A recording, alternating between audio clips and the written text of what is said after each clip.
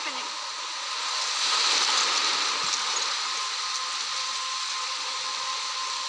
I'm trapped in a storm? How did I get here? And where is here? Wait, there's the lighthouse. I'll be safe if I can make it there. I hope. Please let me make it there.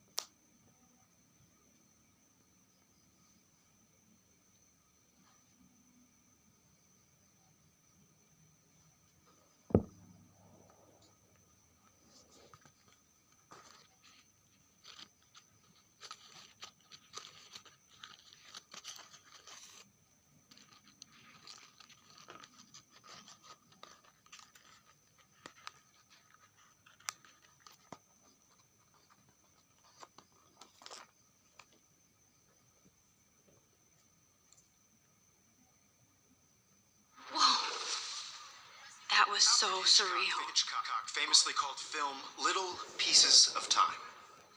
But he could be talking about photography, as he likely was. Okay, I'm in class.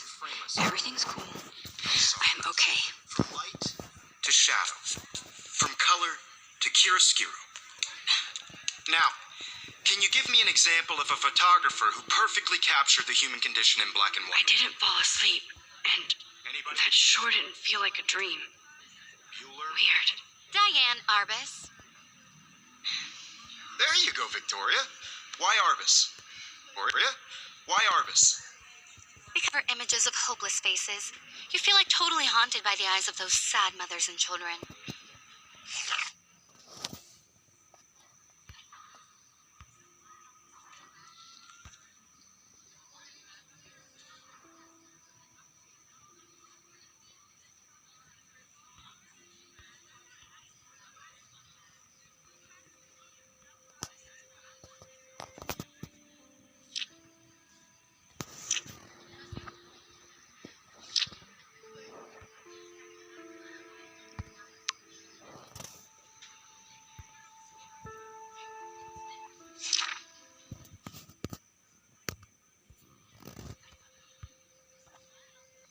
She saw humanity as tortured, right? And frankly, it's bullshit. Shh. Keep that to yourself. Seriously, though, I could frame any one of you in a dark corner and capture you in a moment of desperation. And any one one of you could do that to me. Isn't that too easy? Too obvious? What if Arbus chose to capture people at the height of their beauty or innocence? She had a brilliant eye, so she could have taken another approach. I have to admit, I'm not a big fan of her work. I prefer Robert Frank. Me too, Victoria. He captured the essence of post-war beat America, and there was honesty about the economic conditions of the era, but a beauty in the struggle. You don't have beauty without a beat, which explains why Frank was Kerouac's photographic muse, and both were the great chroniclers of the 1950s. Well, we've all seen that iconic shot of Kerouac on the balcony, and if you haven't, shame, shame. Capturing the romantic urban solitude of the 20th century poet. You dig?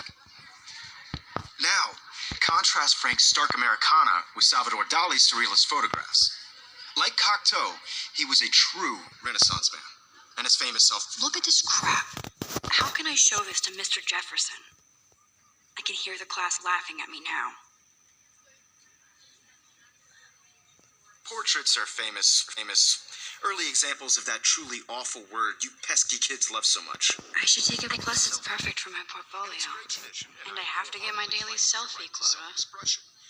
Or selfie expression. Sorry, I know.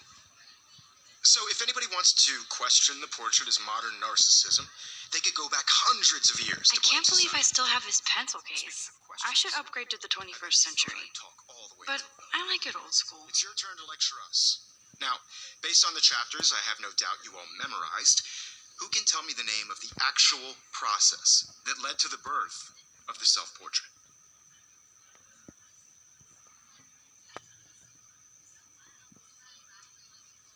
Anybody? I do love my analog camera.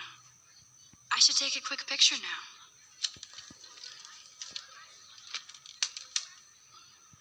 Shh. I believe Max has taken what you kids call a selfie. A dumb word for a wonderful photographic tradition. And Max has a gift. Of course, as you all know, the photo portrait has been popular since the early 1800s. Your generation was not the first to use images for selfie expression. Sorry, I couldn't resist. The point remains that the portraiture has always been a vital aspect of art and photography for as long as it's been around.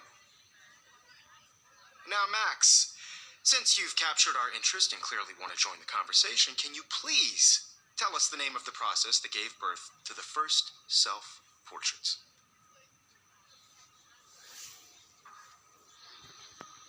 You're asking me?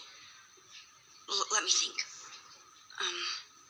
You either know this or not, Max. Is there anybody here who knows their stuff? Louis Daguerre was a French painter who created daguerreotypes, a process that gave portraits a sharp reflective style like a mirror. Now you're totally stuck in the retro zone. Sad face. Very good, Victoria. The Daguerrean process brought out fine detail in people's faces. I can't believe I still have this pencil case. I should upgrade to the 21st century. Self-portrait was done I like by it old school. Cornelius. You can find out all about him in your textbook or even online. And guys, don't forget the deadline to submit a photo in the Everyday Heroes contest. I'll fly out with the winner to San Francisco, where you'll be feted by the art world. It's great exposure, and it can kickstart a career in photography. So Stella and Alyssa, get it together. Taylor, don't hide. I'm still waiting for your entry too. And yes, Max, I see you pretending not to see me. See me.